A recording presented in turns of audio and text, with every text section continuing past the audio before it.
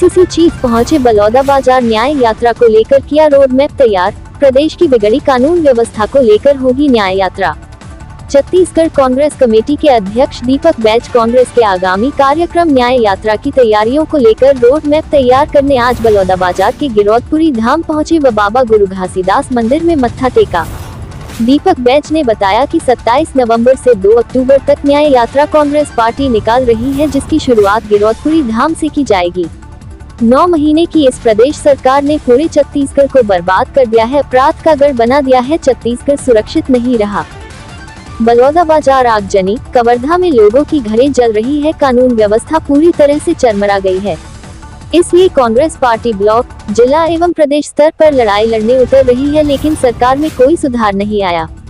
इसलिए हम लोगों ने तय किया है कि इन सब मुद्दों को लेकर सीधा जनता के सामने जाएंगे। इसलिए हम 125 किलोमीटर की न्याय यात्रा गिरौदपुरी से शुरुआत कर रायपुर में समापन करेंगे। ये यात्रा 27 सितंबर से 2 अक्टूबर तक चलेगी। सीजी न्यूज नेटवर्क के लिए बंशीलाल केवट की रिपोर्ट।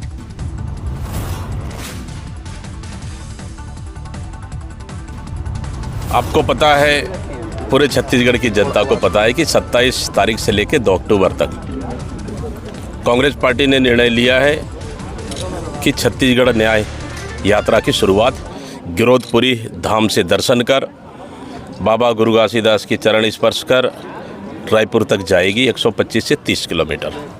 आज उसी की तारतम्य में हम लोगों ने रोड मैप देखने आए थे। आज पूरा रूट को हम लोगों ने देखेंगे, फिर हमारी आज का रूट फाइनल हो जाएगी।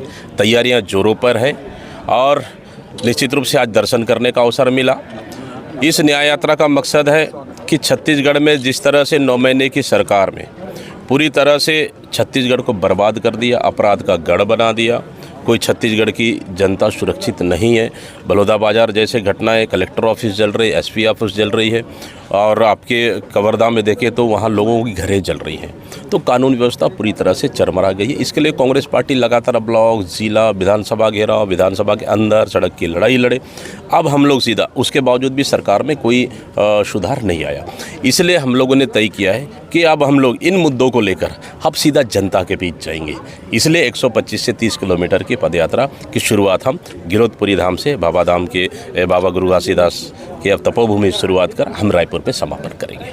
क्या वजह है कि गिरौदपुरी धाम से ही यात्रा निकाल रहे हैं? क्या ही इसका बलौदा? बिल्कुल, देखिए, मैंने कहा कि छत्तीसगढ़ की जिस तरह से अशांत इस सरकार ने फैलाया, हम चाहते हैं कि कहीं न कहीं एक संदेश जाना चाहिए कि छत्तीसगढ़ एक शांत प्रदेश है, छत्तीसगढ़ स्वाभिमानी प्रदेश है, छत्तीसगढ़ किसान और सभी की प्रदेश है। लेकिन इस सरकार में सभी कहीं न कहीं पूरी जनता त्रस्त हो चुकी है। इसलिए छत्तीसगढ़ को आज एकता की आवश्यकता है, छत्तीसगढ़ को शांति की आवश्यकता है, छत्तीसगढ़ को आज अपराध से मुक्त करने की आवश्यकता है। लेकिन इस सरकार में इच्छा शक्ति खत्म हो चुकी है। इसलिए हम उनकी नाकामियों को हम जनता तक पहुंचाने का निर्णय इस छत्तीसगढ़ न्याय यात्रा के माध्यम से हम लोगों ने लिया है। जैसे कवर्धा में, बिल्कुल, सबसे दुर्भाग्यजनक बात यह है कि वो कवर्धा गृह मंत्री का विधानसभा है, गृह मंत्री का गृह जिला है, उसके बाद इतनी बड़ी घटनाएं घटी।